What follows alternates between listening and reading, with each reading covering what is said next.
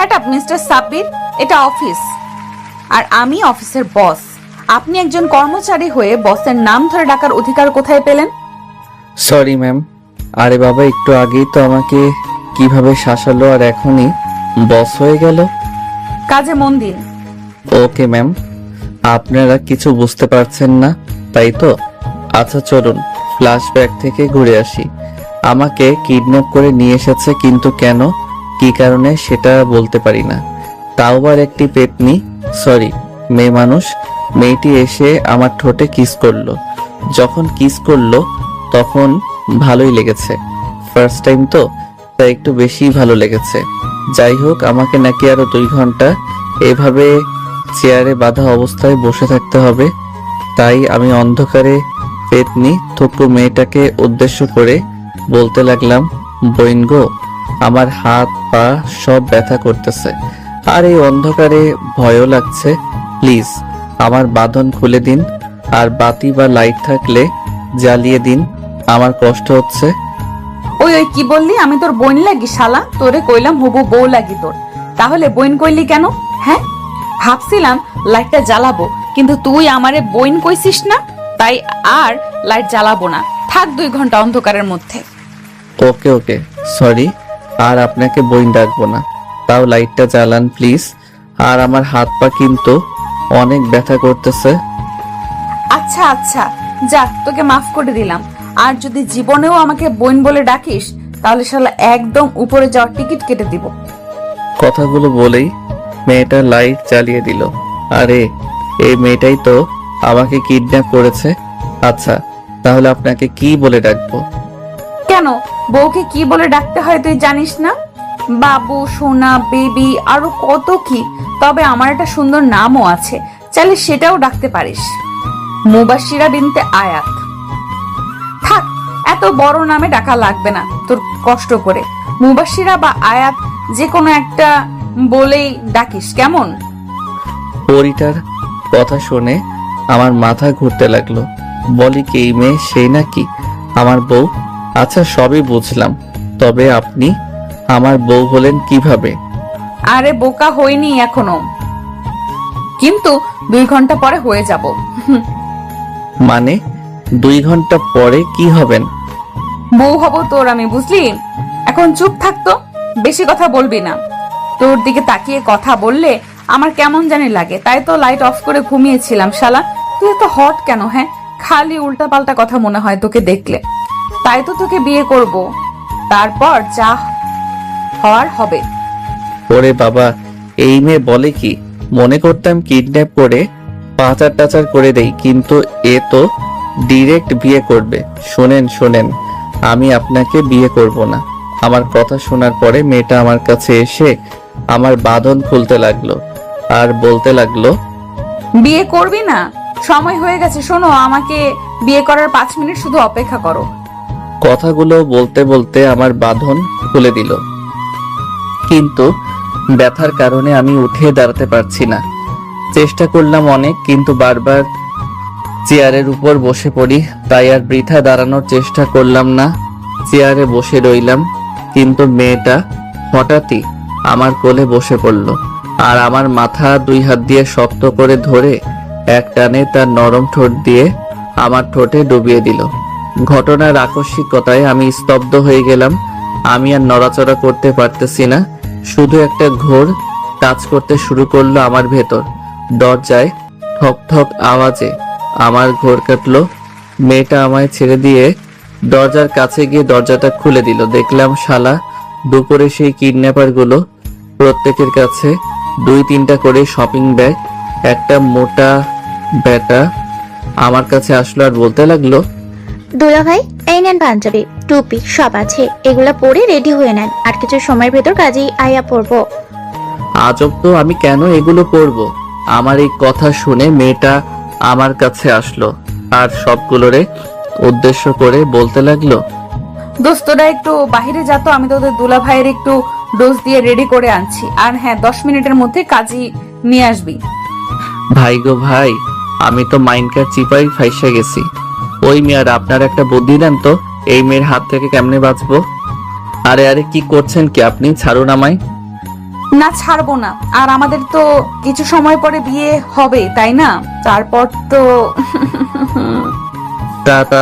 তারপর কি? হ্যাঁ, ন্যাকা কিছু বোঝে না। বিয়ের পর বউ বরের মধ্যে যা হয় তাই হবে। আল্লাহ গো, এই মেয়ে তো লজ্জা শরমের মাথা খেয়ে ফেলছে, মুখে দেখে কিছুই আটকায় না। ছি ছি, এসব কি বলেন আপনি? ঠিক তখনই দরজাটা খুলে গেল আর পরীটা আমায় ছেড়ে দিল। আর সব বদমাইশগুলা হাসতে হাসতে হুজুর নিয়ে ভিতরে ঢুকলো, মানে কাজী সাহেবকে নিয়ে। আমিও বুঝে গেলাম এখন আমার সাথে কি হবে। আরে মুবাশিরা, তোরা এখনো রেডি হস নাই?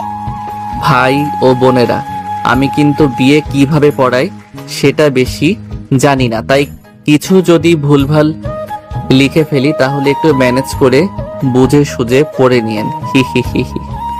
রেডি হওয়া লাগবে না, এভাবেই বিয়ে করব। কাজী সাহেব, আপনি 1000 টাকা দেন, মোহরে বিয়ে পড়িয়ে দেন। আরে মুবাশিরা, তোর মাথা খারাপ নাকি মাত্র? দোস্ত, তোরা বেশি কথা বলবি না। ওরা কতক্ষণ দেনমোহরে টাকা নিয়ে কথা কাটাকাটি করে শেষমেশ পরিটাই জিতে যায়, মানে মাত্র 1000 টাকা দেনমোহরেই বিয়ে হবে। ওরা যা করে করুক, আমার কি? আমাকে তো এই বিয়েতে বাধ্য করেছে, মন থেকে তো আর বিয়ে করছি না, মেয়েটার জীবন বাঁচানোর জন্য বিয়ে করছি। কাজী সাহেব, বিয়ে পড়ানো শুরু করুন। মা, আপনার নাম? মুবাশিরা বিনতে আয়াত। বাবার নাম বলেন আম্মা। আলমগীর চৌধুরী। মায়ের নাম বলেন আম্মা। নিপু জামান। আপনার বয়স বলেন মা। 27 বছর। আর এই মেয়ে তো আমার বড়, দেখে বোঝাই যায় না এই মেয়ে আমার বড়। শেষমেশ সিনিয়র একটা মেয়েকে বিয়ে করে লাগতেছে, কপাল আমার। তখনই কাজী সাহেবের কথায় ভাবনা থেকে বের হলাম। বাবাজি, আপনার নাম বলেন। সাব্বির হাসান, বাবা খাইরুল খান, মা মায়া বেগম, আর আমার বয়স 26 বছর। সব একদমে বলে দিলাম। যখন বয়স বললাম তখন কাজী সাহেব অবাক হয়ে আমার দিকে কিছু সময় তাকিয়ে থেকে মুচকে একটা হাসি দিয়ে বলে উঠল, ব্যাপার না, এখন বয়স নিয়ে তেমন কোনো সমস্যা হয় না। নিশ্চয়ই প্রেম করে বিয়ে করেছেন আপনারা, তাই না? কাজী সাহেব, আপনি ঠিকই ধরেছেন, আমরা ভালোবেসে বিয়ে করছি। আমার তো মরে যায় যায় অবস্থা এই মেয়ের কথা শুনে, তাই আমিও মরা মার্কা একটা হাসি দিয়ে উপহার দিয়ে দিলাম কাজী সাহেবকে। সব ফর্মালিটি শেষ, তবে এখন শুধু কালিমা পড়ে বিয়ে করা বাকি। কাজী বলতে লাগলো, মা, আপনি কবুল বলেন। কবুল কবুল কবুল। ওরে বাবা, এই মেয়ে ঠাস ঠাস করে 3 বার কবুল বলে দিল। বাবাজি, আপনিও কবুল বলেন। অনেক ভয় করছিল, তারপরও বলে দিলাম কবুল কবুল কবুল। আমি 3 বার কবুল বলার সাথে সাথে মুবাশিরা জোরে চিৎকার দিয়ে আমায় জড়িয়ে ধরলো। ইয়াহু, কলিজা, আমি আজকে অনেক খুশি। অবশেষে কালিমা পড়ে আমাদের বিয়েটা হয়ে গেল। কাজী সাহেব দোয়া করে চলে গেলেন, আমি চুপচাপ বসে থাকলাম। তখন একজন বলে উঠল, ভাইয়া সরি, তবে এটা বলতে পারি আপনি কখনোই আমার এই পাগলি বোনের কাছ থেকে কষ্ট পাবেন না। ও একটু জেদি আর রাগী হলেও অনেক ভালো একটা মেয়ে। আপনারা সুখী হবেন, আমি নিশ্চিত। ভাইয়া, আপনি সবকিছু ভুলে গিয়ে নতুন একটা জীবন শুরু করেন। আমি জবাবে শুধু হ্যাঁ বললাম। ওরা সবাই কিছু সময় থেকে আড্ডা আর মজা করে চলে গেল, কিন্তু আমি আমার মনটাকে ভালো করতে পারছি না। আমার মন খারাপ দেখে পরীটা বলতে লাগলো, এই সরি তোমাকে এভাবে বিয়ে করার জন্য, কিন্তু এটা করা ছাড়া আমার কাছে আর কোনো উপায় ছিল না। সময় হোক তোমাকে আমি সব বলবো, তাও তোমার মুখটা ওরকম করে রেখো না। এটা কি আমার সাথে আপনারা ঠিক করলেন? ইমোশনাল ব্ল্যাকমেইল করে বিয়ে করলেন। আমি কেন যেন এই বিয়েটা মন থেকে মেনে নিতে পারছি না। তখনই মুবাশির আমার কলার ধরে একদম মুখের কাছে মুখ এনে বলতে লাগলো, কি বিয়ে মন থেকে মেনে নিতে পারছো না? এই তোমার সমস্যাটা কি? হ্যাঁ, তোমার কি কোনো গার্লফ্রেন্ড আছে? না, আমার এমন কেউ নেই, তারপরও আমি এই বিয়েটা মানতে পারছি না।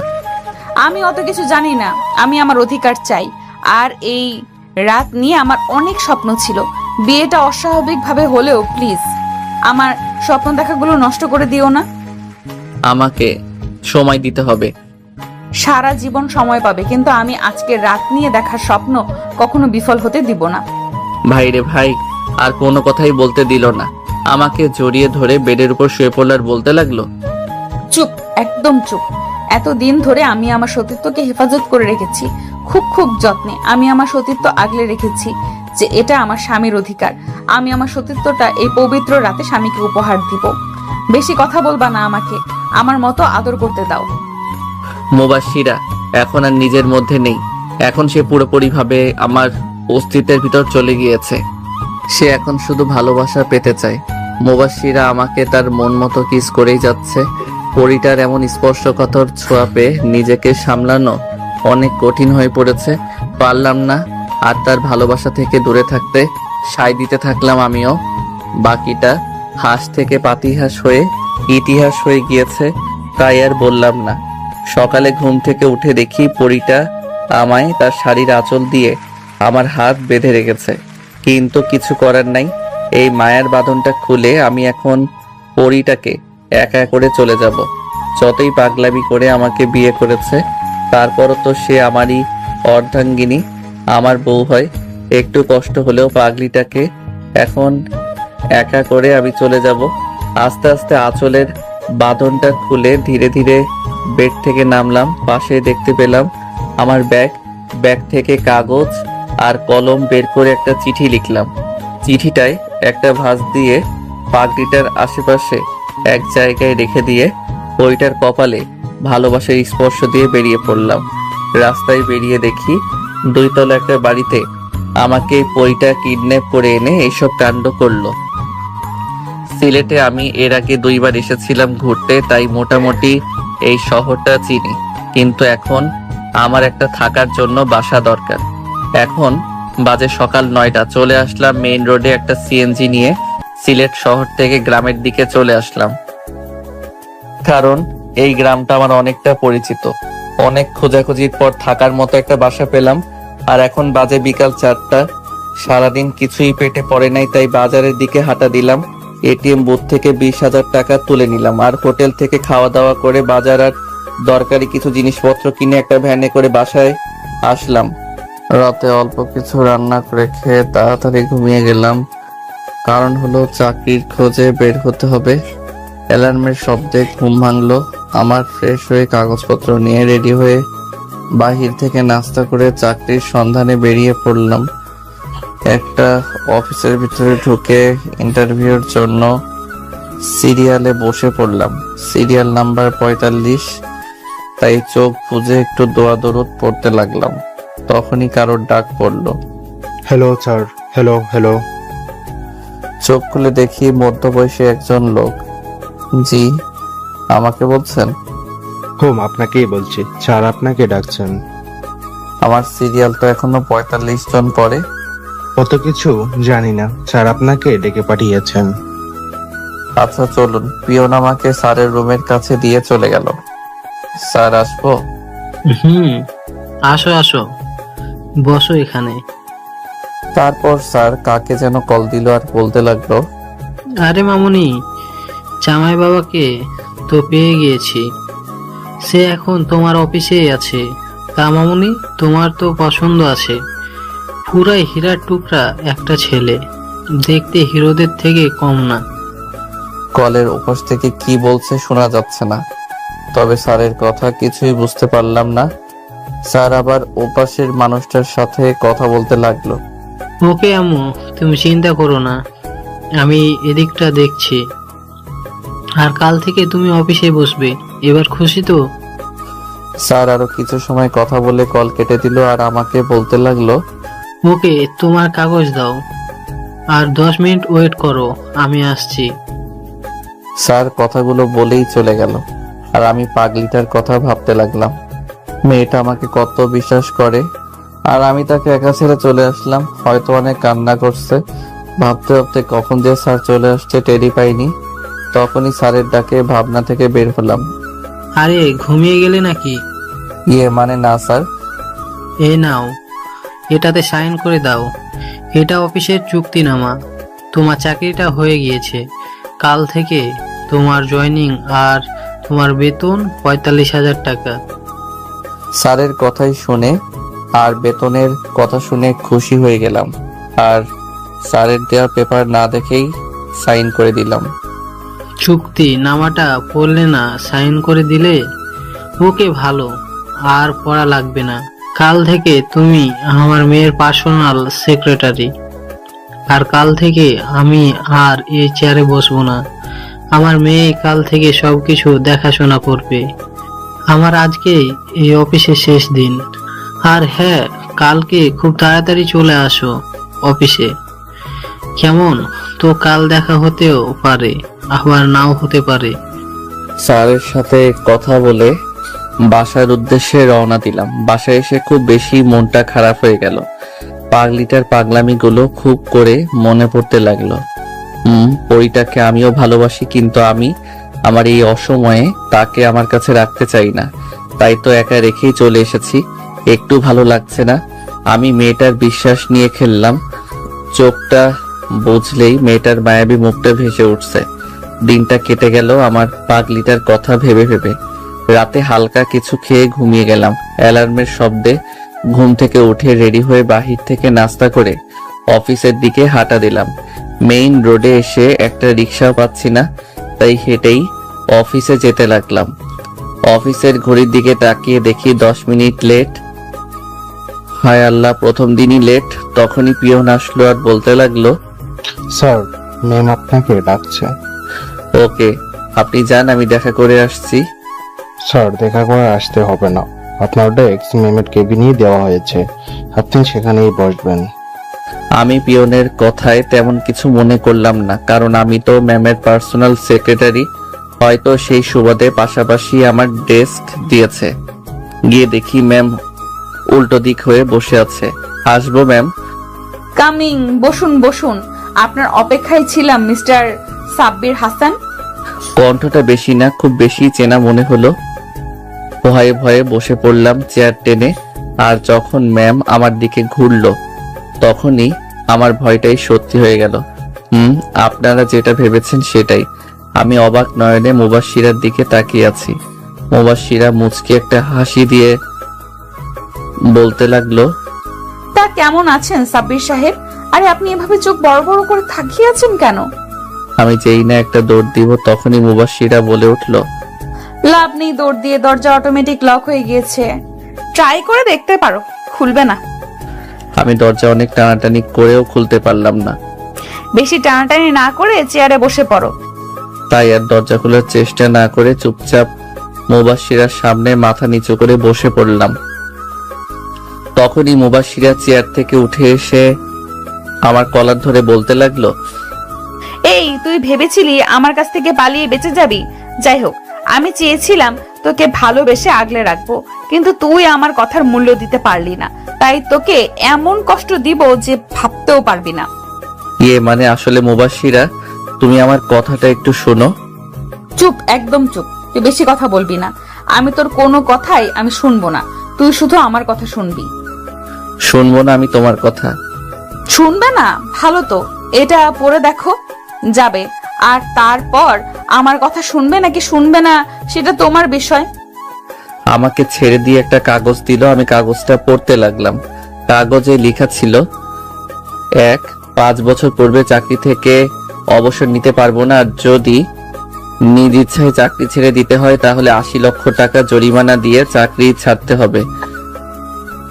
2, আমাকে যখন যেটা আদেশ দেওয়া হবে আমি সেটা করতে বাধ্য থাকিব। 3, অফিসে লেট করে আসা যাবে না।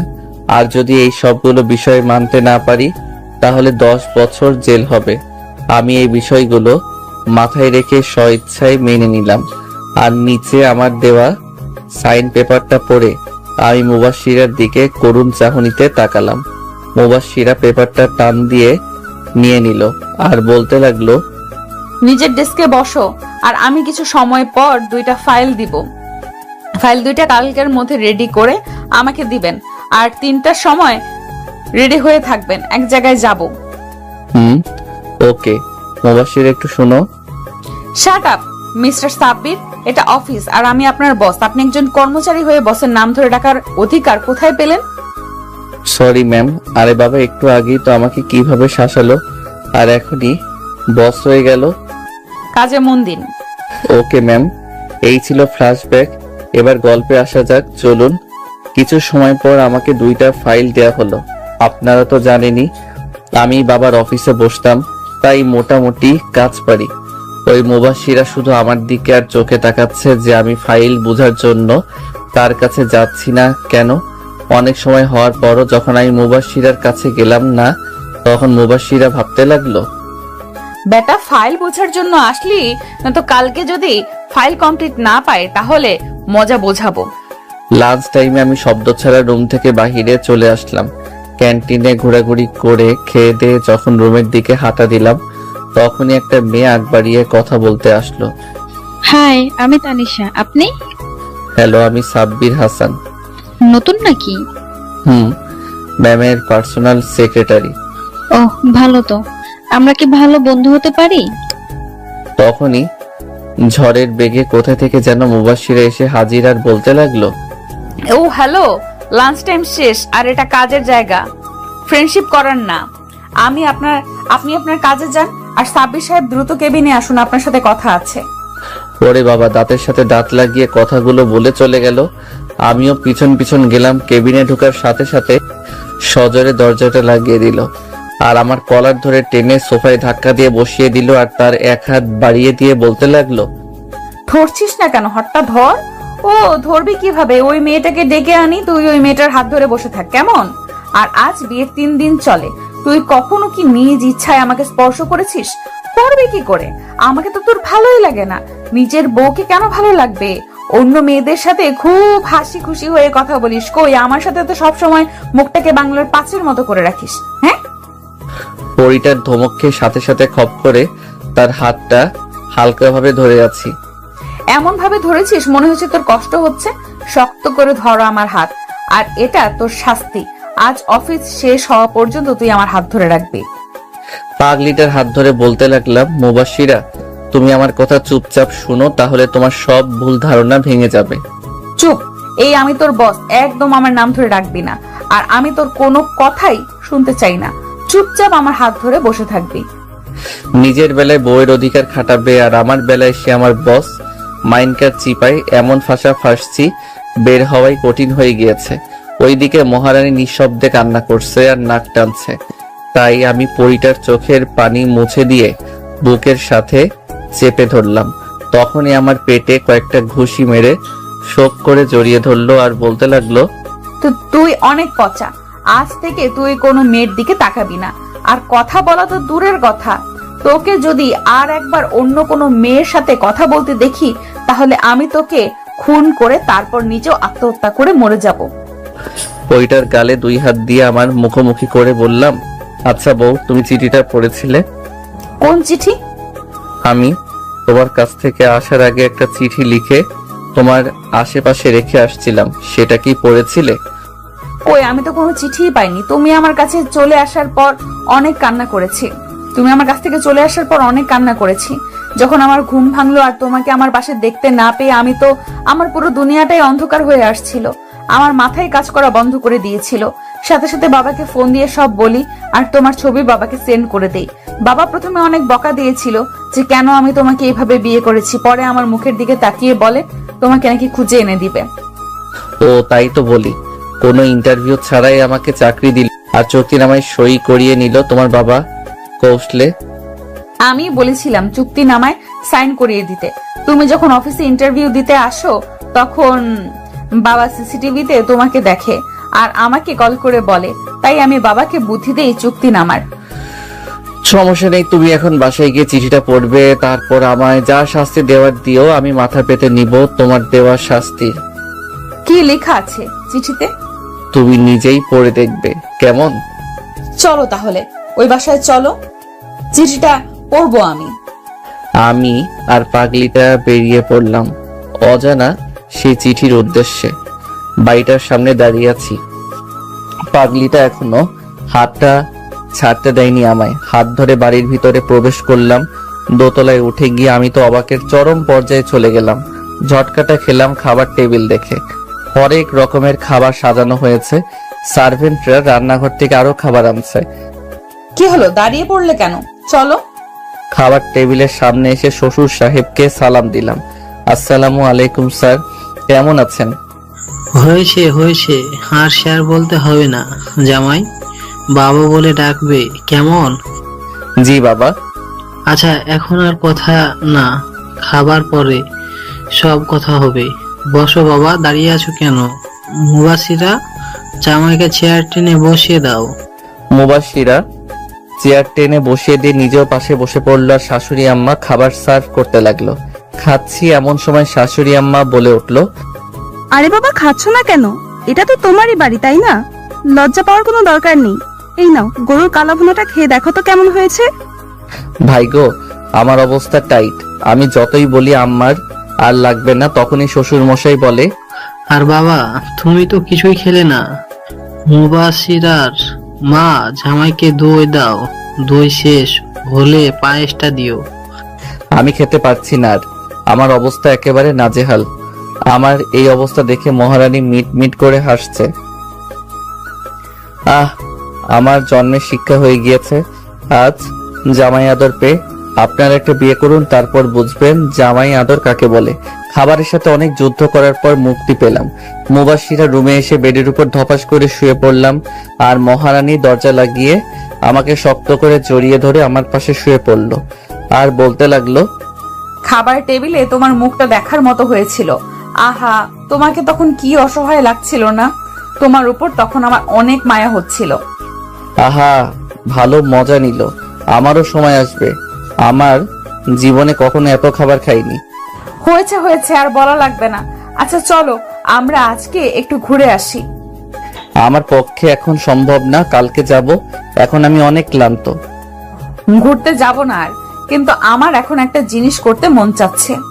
কথাটা একটু বাঁকা হাসি দিয়ে বলল, কি করতে মন চাচ্ছে? করে দেখাই, কেমন? না ভেবেই বলে দিলাম, আচ্ছা দেখাও।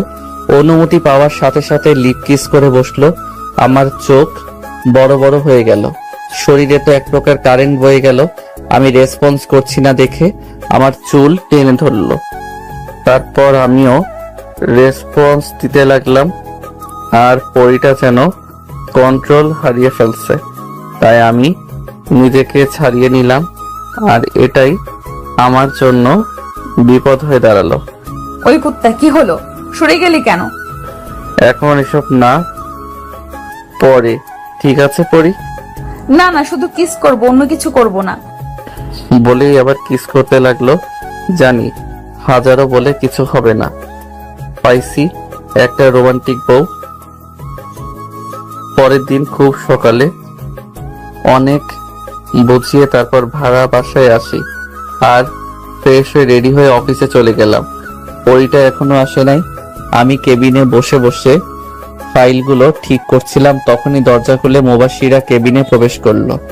ভিলেন মার্কে একটা হাসি দিয়ে বলতে লাগলো, সাব্বির, কালকের ফাইলগুলো কি কমপ্লিট হয়েছে? আজ লাঞ্চের পরে মিটিং আছে। আর একটু আছে, 10 মিনিটের মতো লাগবে। তখন মুবাশিরা অবাক হয়ে বলতে লাগলো, তুমি এই ফাইলগুলো কমপ্লিট করে ফেলেছো কিভাবে সম্ভব?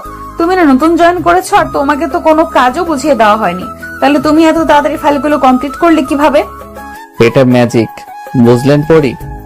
শাট আপ, এটা বাসা না, অফিস। ম্যাম বলে ডাকবে। মনে করেছিলাম মহারানী ঠিক হয়েছে, নিজে তো ঠিকই মন মতো ডাকছেন।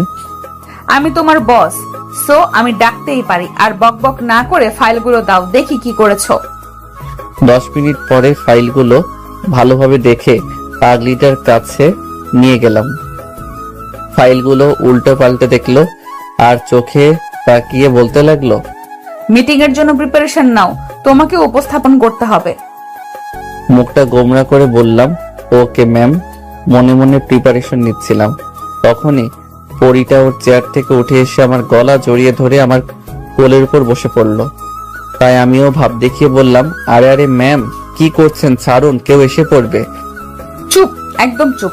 দরজা লক করা আছে, কেউ পারমিশন ছাড়া আসতে পারবে না। আর এত বক বক করো কেন? হ্যাঁ, আমি তোমার বস, সো যা ইচ্ছা তাই করব, কিন্তু তুমি চুপচাপ বসে থাকবে। এখন কথা বন্ধ করে একটা কিস করো তো। পারবো না কিস টিস করতে, আমার অনেক কাজ বাকি আছে। এই, তোর কি চুক্তি নামার কথা ভুলে গিয়েছিস? যা বলছি তাই কর।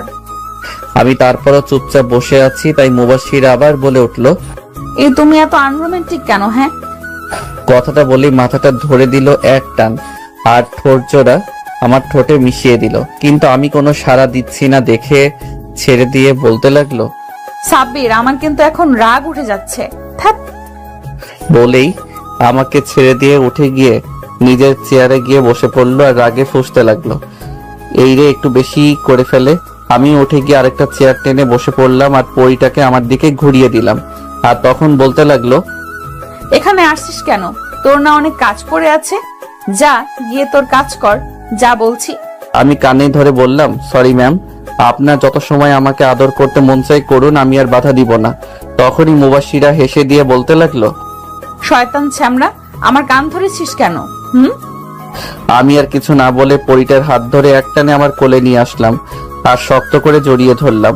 মুবাশিরা আমার বুকে কিল ঘুষি মারতে মারতে বলতে লাগলো, ছাড় শয়তান, এখন ভালোবাসা উতলায় উঠছে না? তখন তো পটকা মাছের মতো ফুলেছিলি। আমি আর মুবাশিরাকে কথা বলতে না দিয়ে ওর শাড়ির ভিতর হাত দিয়ে পেটে স্লাইড করতে লাগলাম। সাথে ওর নড়াচড়া বন্ধ হয়ে গেল আর চোখ বুজে নিল। আমার ছোঁয়া পেয়ে পরিটা কেঁপে কেঁপে উঠছিল। হঠাৎই আমার কলার ধরে টান দিয়ে ঠোঁট জোড়া এক করে দিল।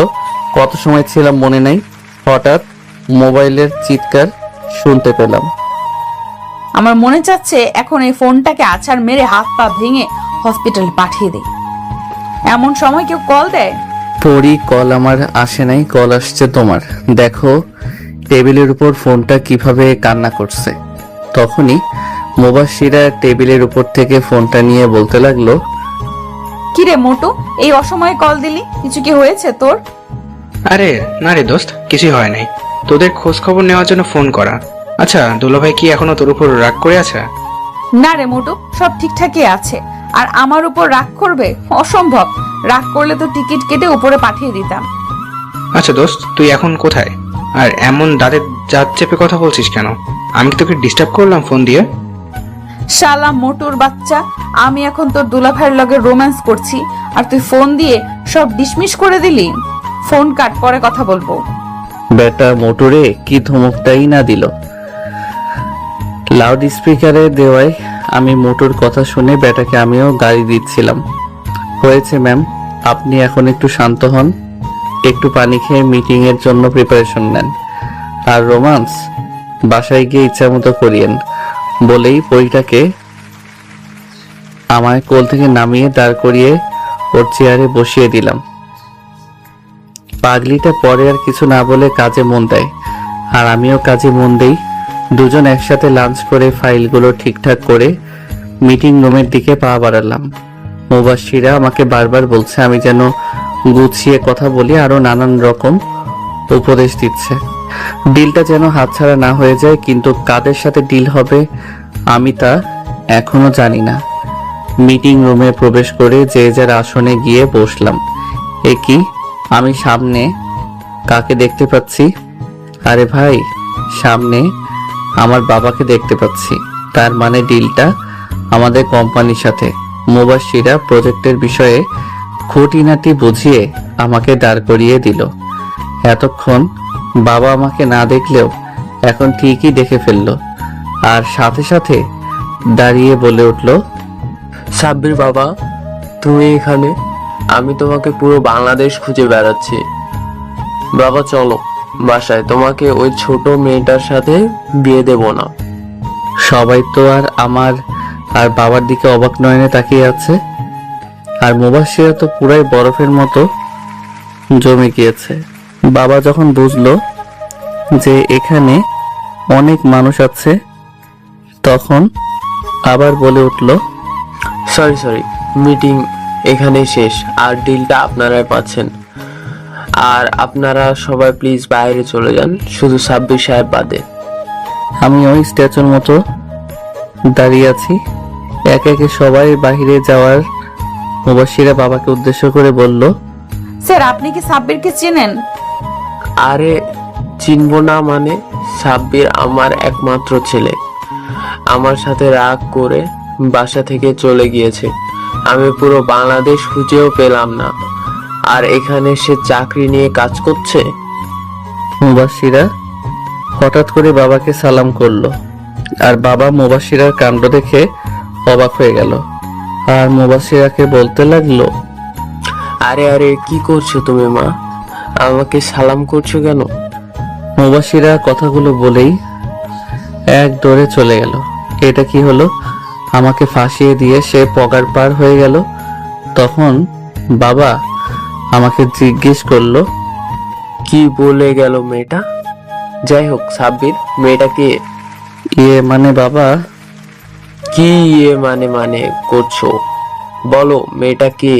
কেমনটা লাগে আমাকে ফাঁসিয়ে দিয়ে এখন সে উধাও? কি হলো সাব্বির, চুপ করে আছো কেন? বলো মেয়েটা কে?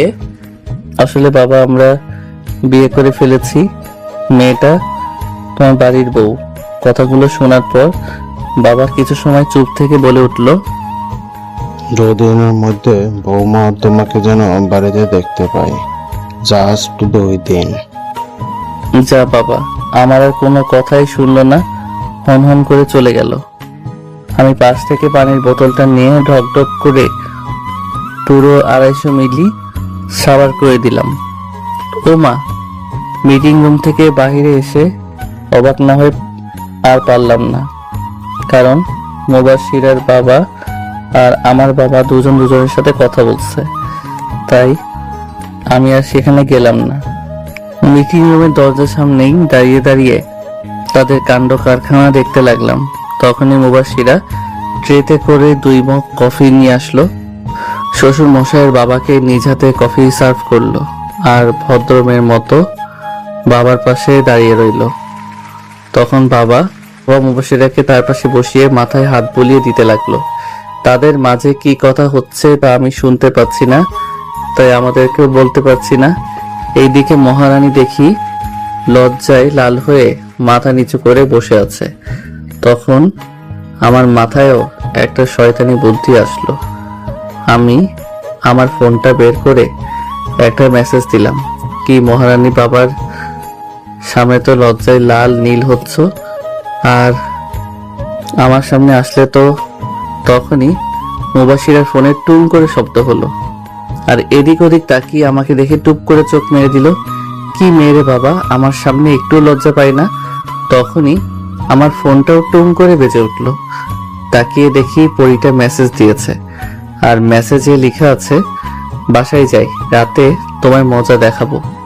এটা কি হলো? উল্টো আমি ফেসে গেলাম। তখন দেখি বাবা আর শ্বশুর মশাই কোলাকুলি করছে, আর মুবাশিরা দাঁড়িয়ে দাঁড়িয়ে দেখছে, আর বাবা কোলাকুলি করে শ্বশুর মশাইয়ের সাথে হাত মিলিয়ে এদিক ওদিক চাওয়াচাই করতে লাগলো। তখনই মুবাশিরা বাবাকে যেন বলে আমার দিকে দৌড়ে আসতে লাগলো, আর আমার সামনে এসেই বলা শুরু করলো, চলো বাবা, তোমাকে ডাকছেন, কি যেন বলবে। আমি শুকনো একটা ঢোক গিলে সামনের দিকে যেতে লাগলাম। বাবার সামনে গিয়ে চুপচাপ দাঁড়িয়ে রইলাম। তখন বাবা গম্ভীর কণ্ঠে বলতে লাগলো, রেডি থেকো, পরশু তোমাকে আর মুবাশিরাকে নিতে আসা হবে।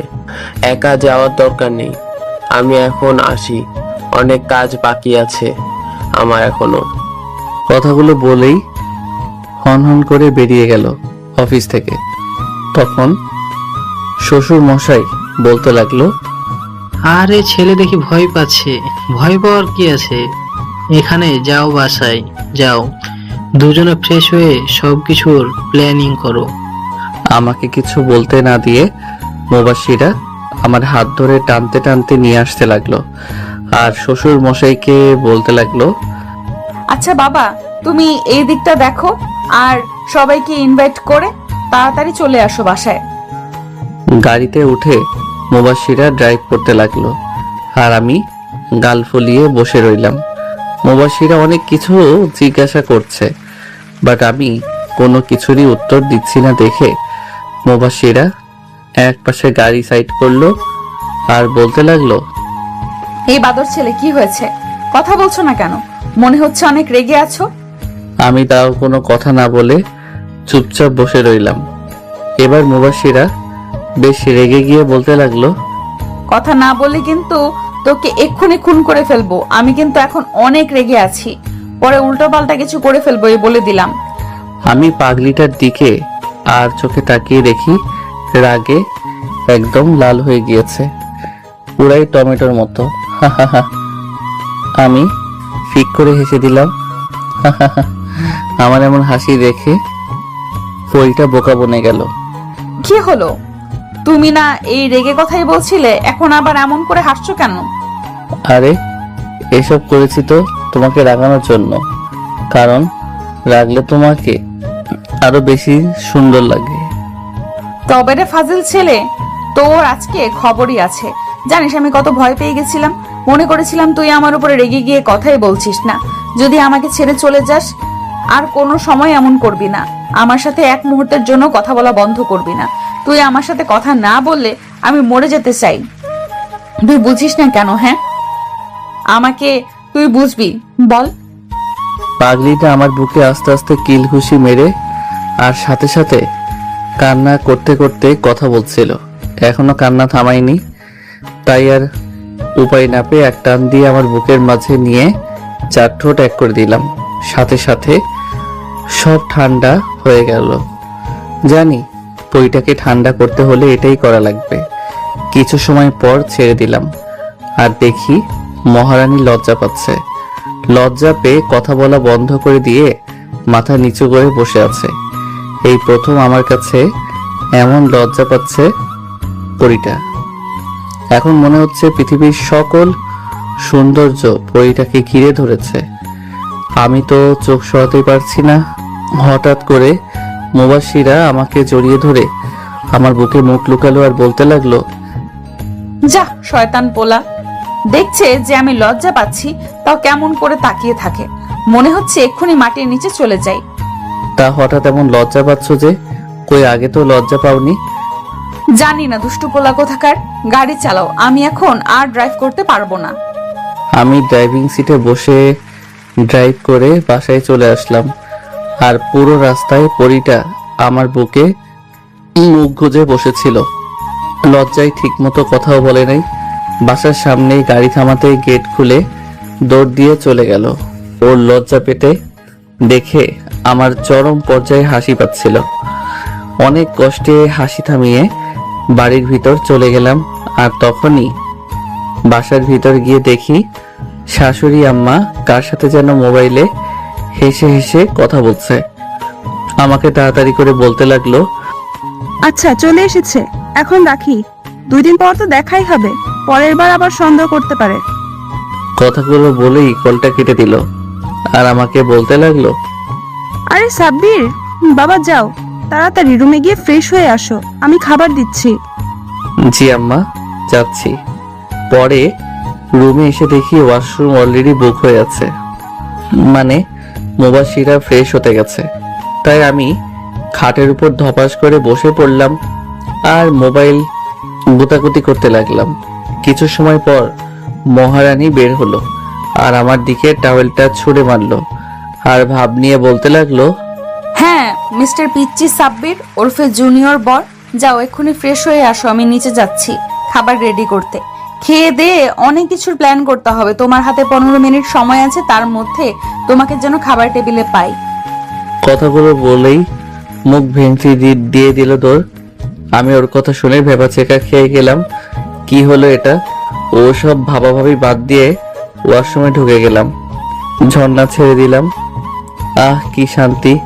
ফ্রেশ হয়ে শুধু টাওয়েল পরে বের হলাম, কারণ আমি কিছুই নিয়ে যাইনি ফ্রেশ হতে। বের হয়ে আগে গিয়ে ঠাস করে দরজা লাগিয়ে দিলাম, কারণ কখন কে চলে আসে বলা যায় না। দরজাটা লাগিয়ে পিছনে ফিরতেই দেখি মহারানী শাড়ির আঁচল কোমরে গুজে আমার দিকে ড্যাব ড্যাব করে তাকিয়ে আছে। হঠাৎ করে বলে উঠল, কি মহাশয়, দরজা লাগালেন কেন? আমি যেন না আসতে পারি, তাই না? কই না তো, এমনি লাগালাম, হি হি হি। এমনি নাকি? আমি ভালো করেই জানি আমার জন্যই দরজা লাগিয়েছো। বের হও বলছি। লজ্জা করছে না তোমার? আমার তো লজ্জা করছে। যাও, আমি জামা কাপড় পরে আসছি। কেন লজ্জা করবে? আমি তো আমার বরকে দেখেছি, অন্য কাউকে তো আর দেখছি না। এইদিকে আমি ওর দিকে তাকিয়ে দেখি বইটা বেশ লজ্জা পাচ্ছে লজ্জায় মুখটা একদম লাল হয়ে গেছে। তারপরও আমার সাথে জোর করে ঝগড়া করছে। কি মেয়েরে বাবা, তাই একটু ভাবলাম ফাইজলামি করি। আমি ধীরে ধীরে মুবাশিরার দিকে এগোতে লাগলাম। এইটা কি হলো, মনে করেছিলাম ভয় পাবে আর পিছিয়ে যাবে, কিন্তু না, ঠায় দাঁড়িয়ে আছে আর আমার দিকে তাকিয়ে আছে। আমি পরিটার একদম কাছে চলে আসছি, আমার মুখটা ওর মুখের সামনে নিয়ে যেতে লাগলাম। তখনই মুবাশিরা চোখ বন্ধ করে ফেললো, ওর ঠোঁট জোড়া কাঁপছে। আমি কিছু সময় ওর দিকে তাকিয়ে থেকে মুচকি একটা হাসি দিয়ে পাশ কাটিয়ে জামা কাপড় পরতে লাগলাম। আর ওইদিকে মহারানী ঠায় দাঁড়িয়েই আছে। আমি কিছু করছি না দেখে আস্তে আস্তে চোখ খুললো আর আমাকে সামনে পেল না, পিছনে তাকিয়ে দেখে আমি শার্ট প্যান্ট পরে দাঁড়িয়ে আছি। এটা কি হলো? কই কিছুই তো হয়নি, তবে রাতে কিছু একটা হতে পারে বলেই একটা চোখ টিপ মেরে দিলাম। এখন তো কিছু একটা হতে চলছিল, কিন্তু হলো না কেন? ওটা রাতের জন্য রেখে দিয়েছি, সব রাতেই হবে। এখন আমার অনেক ক্ষুধা পেয়েছে, পেটের মধ্যে হরতাল শুরু হয়ে গেছে। আর কিছু সময় এভাবে থাকলে মনে হয় বোম ব্লাস্ট হয়ে যাবে। কথাগুলো বলেই দরজাটা খুলে বের হয়ে গেলাম। আর মহারানী তো আমারে গালি দিয়ে 14 গোষ্ঠী উদ্ধার করছে। শালা শয়তান পোলা এভাবে ধোকা দিয়ে গেল। কিসটা করলে কি এমন হতো? না না, কিস করে নাই, ভালোই করছে।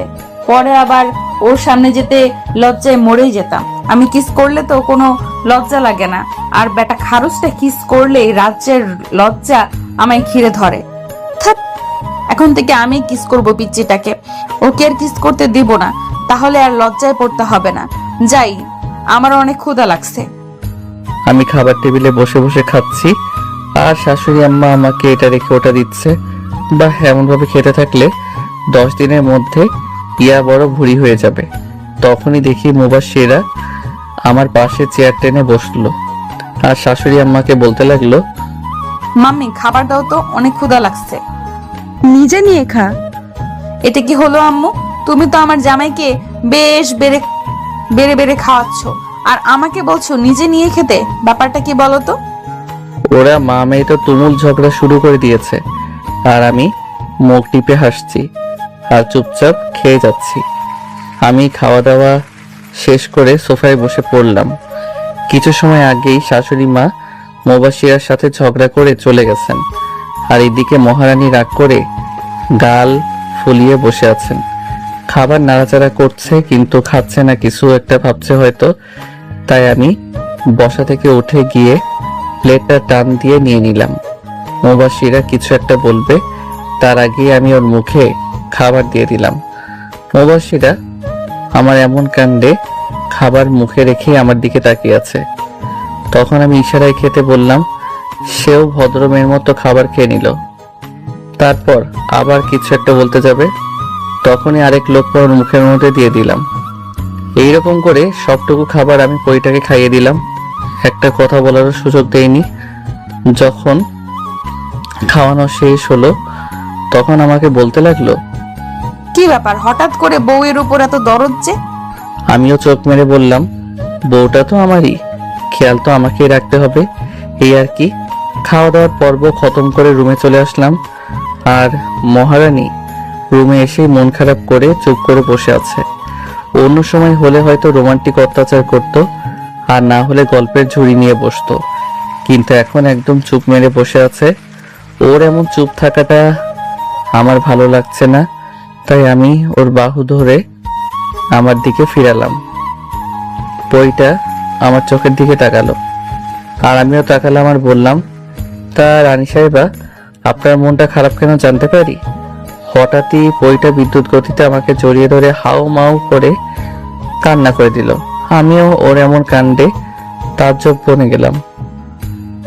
আমি পরিটাকে পরম যত্নে জড়িয়ে ধরে বললাম, আরে এই পরি, কি হলো, কান্না করছো কেন? কি হলো? আমাকে কেউ এইটুকুতে হেঁচকি উঠিয়ে ফেলেছে কান্না করে। হেঁচকির কারণে কথা বলতে পারছে না। আরে বাবা, কি হলো তোমার, হঠাৎ কান্না করছো কেন? তুমি যদি কান্না করো তাহলে কিন্তু আমি এখনই চলে যাব। তুমি আমাকে ভালোবাসো না, কেউ আমাকে আর ভালোবাসে না। সবাই এখন শুধু এখন তোমাকেই ভালোবাসে। তখন আম্মু আমাকে কত কথা শোনালো তোমার জন্য। ভাবা যায় এই মেয়ে কতটা বোকা। তখন তো শাশুড়ি মা মজা করে একটু ঝগড়া করেছে, আর এই পাগলিটা সেটা সিরিয়াস ধরে নিয়েছে। এই মেয়েটাকে তো ভবিষ্যতে কিছু বলাও যাবে না, মজা করে কিছু একটা বলবো, সে তো মুখ গোমড়া করে বসে থাকবে আর ভ্যাভ্যা করে কান্না করে দিবে। এখনো কান্না করেই যাচ্ছে, আর আমার বুকে নাকের পানি চোখের পানি মুছে একাকার করে দিচ্ছে। হঠাৎই দেখি কান্না অফ হয়ে গেল, কিন্তু হেঁচকি থামেনি। বুক থেকে পরিটার মাথার উপর উঠিয়ে দেখি সে ঘুমিয়ে পড়েছে। আমি আস্তে করে পাগলিটাকে বালিশে শুইয়ে দিলাম, আর আমিও পাশে শুয়ে মহারানীর মাথায় হাত বুলিয়ে দিতে লাগলাম। হঠাৎ করে মুবাশিরা বালিশ থেকে মাথা উঠিয়ে আমার বুকে মাথা রেখে শুয়ে পড়ল। এটা পুরাতন কিছু না, বিয়ের পর থেকে পাগলিটা আমার বুকেই ঘুমায়। বিয়ের পরে কোনোদিনও রাতে ঘুমানোর সময় আমি বেডে দুইটা বালিশ দেখি নাই, সবসময় একটা বালিশ পেয়েছি। আমি বালিশে শুলে পরিটা আমার বুকে মাথা রেখে আমাকে শক্ত করে জড়িয়ে ধরে শুবে। তাছাড়া নাকি তার ঘুমই ভালো হয় না নাকি। আমিও মুচকে একটা হাসি দিয়ে আমার প্রিয়সীকে জড়িয়ে ধরে ঘুমের রাজ্যে পাড়ি জমালাম। এক ঘুমে সন্ধ্যা লাগিয়ে ফেলেছি, আমার ঘুম আগে ভেঙে গেছে। খেয়াল করলাম পরিটা এখনো আমার বুকে মাথা রেখে ঘুমিয়ে আছে। আমি পরিটার মুখপানে চেয়ে আছি, চোখ ফেরাতে পারছি না। ঘুমন্ত এই পরিটাকে অধিক থেকে অধিক পরিমাণে সুন্দর লাগছে। ওর মুখের সামনে কিছু বাচ্চা বাচ্চা চুল খেলা করছে। এটা আমার সহ্য হলো না, তাই আমি হাত দিয়ে বাচ্চা চুলগুলোকে ওর কানে গুজে দিলাম। আর তখনই পরিটা কেঁপে উঠলো। ঘুমাতে দাও তো, এভাবে সুরসুরি দিচ্ছ কেন? বাজে কয়টা খেয়াল আছে আপনার মহারানী? ওঠেন, আর ঘুমাতে হবে না। না, আর একটু ঘুমাবো। আর তুমিও চুপচাপ শুয়ে থাকো, একদম নড়াচড়া করবা না বলে দিলাম। যা, কি হলো এটা? পাগড়িটা তো আরামসে ঘুমাচ্ছে, কি আর করার, ঘুমাক।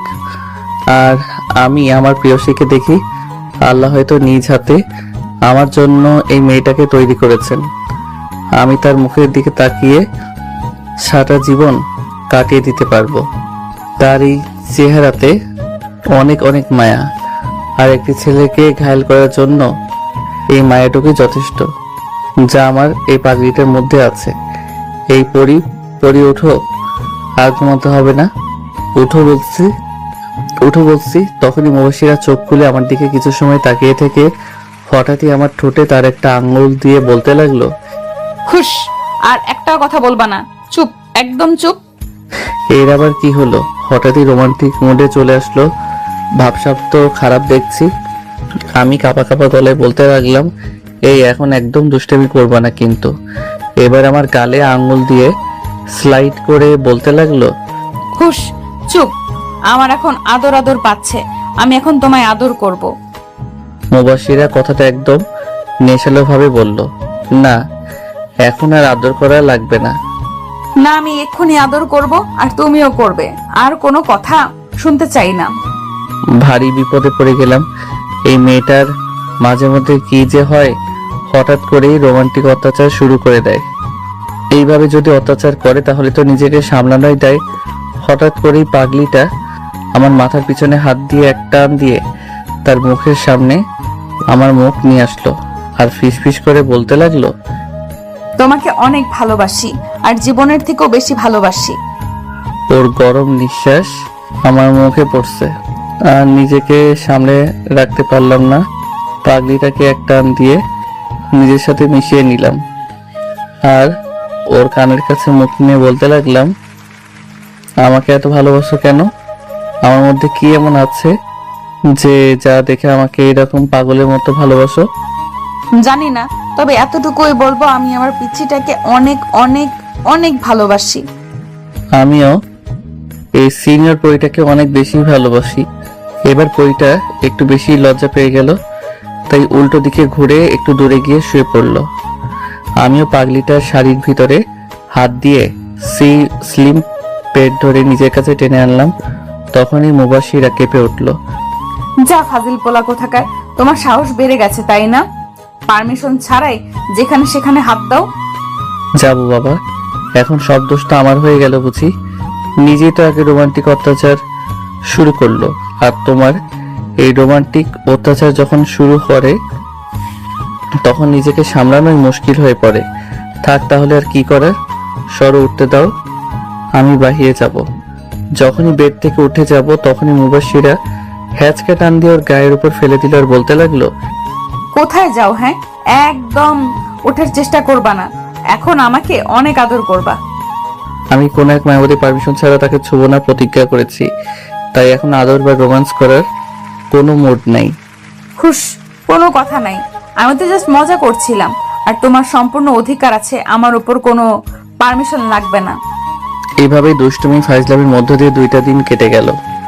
ঘুম থেকে সকালে উঠে নিচে গিয়ে তো বড় ধরনের একটা শক খেলাম, কারণ পুরো বাড়িটা সাজানো হচ্ছে।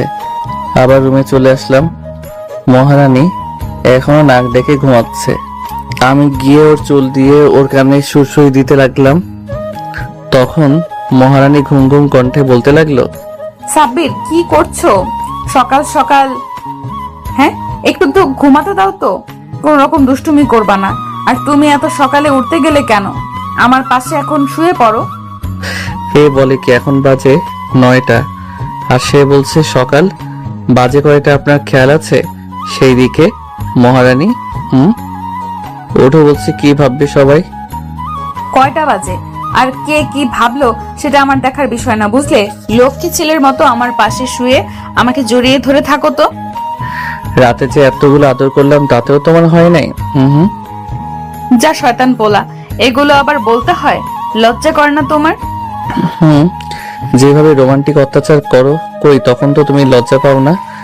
এখন গুড গার্লের মতো উঠে পড়ো, অলরেডি 9টা বাজে। কি এত বেলা হয়ে গেছে?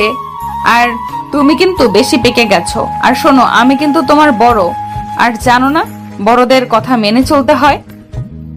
আমি যা বলবো তুমি তাই করবা, বুঝছো আমার পিচ্চিটা? আমি আর কিছু বললাম না। পাগলিটার কথা শুনে পুরাই ভেবাচেকা খেয়ে গেছি।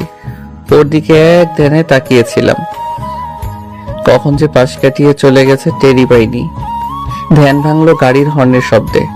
মনে হলো বাড়িতে অনেকগুলো গাড়ি ঢুকলো, তাই বেলকনিতে চলে গেলাম দেখার জন্য যে কারা এই সকাল সকাল আসলো। গাড়ি থেকে যারা নামলো তাদের দেখে তো আমার অলরেডি হাত পা কাঁপাকাঁপি শুরু হয়ে গেল। বাড়িতে মোট 5টা গাড়ি ঢুকেছে। প্রথমটাতে বাবা মা আর চাচা চাচি বের হলো, আর পরের গাড়ি থেকে আমার সব বন্ধুরা বের হলো। তারপরের গুলা থেকে আরো কয়েকজন আত্মীয় স্বজন বের হলো। আমি দৌড়ে নিচে চলে আসলাম আর গিয়ে আম্মুকে শক্ত করে জড়িয়ে ধরলাম। তখন আম্মু কান্না করে দিল আর বলতে লাগলো, কিরে বাবা, তুই মাকে ছাড়া কি করে দূরে দূরে থাকিস? একবারও কি মাকে মনে পড়ে না তোর? সরি মা, ভুল হয়ে গেছে, আর হবে না এরকম, প্লিজ আর কান্না করো না তুমি।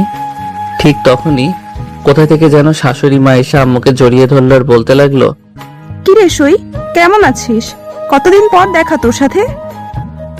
রে, সই ভালোই আছি, তবে এখন থেকে মাঝে মাঝে আমাদের দেখা হবে। এদের কাহিনীটা আমার মাথায় কিছুই ঢুকছে না, তাই আমি মাথা চুলকাতে চুলকাতে বললাম, মা তোমরা কি পূর্ব পরিচিত নাকি? শুধু পূর্ব পরিচিত না, আমরা দুজন বেস্ট ফ্রেন্ড। আর তোদের এই বিয়ে দেওয়াটাও আমার এই বেস্ট প্ল্যান ছিল। মানে বুঝলাম না। আর বোঝাও লাগবে না, মুবাশিরা মামুনির কাছ থেকে জেনে নিস তাহলেই হবে। এর সাথে মুবাশিরাও জড়িত আছে। যাও, তোমাদের কারোর সাথে কোনো কথাই নাই বলেই সেখান থেকে চলে আসলাম ছাদে। এরা আমার সাথে প্রতারণা করলো, কিছুই বুঝতে পারলাম না। আর মুবাশিরা, তোমার তো খবর আছে, পরে মজা বোঝাবো। ছাদে এসে কোনো লাভ হলো না, কারণ আমার সবগুলো ফাজিল বন্ধুরা বসে বসে আড্ডা দিচ্ছিল, আর আমাকে দেখা মাত্রই সবগুলো ঘিরে ধরলো। ওদের সাথে আড্ডা দিচ্ছিলাম তখনই নিচ থেকে ডাক পড়লো, তাই সবাই চলে গেলাম। সবাইকে খেতে ডেকেছিল। খাওয়া দাওয়ার পর্ব শেষ করে যখনই বন্ধুদের সাথে আড্ডা দিতে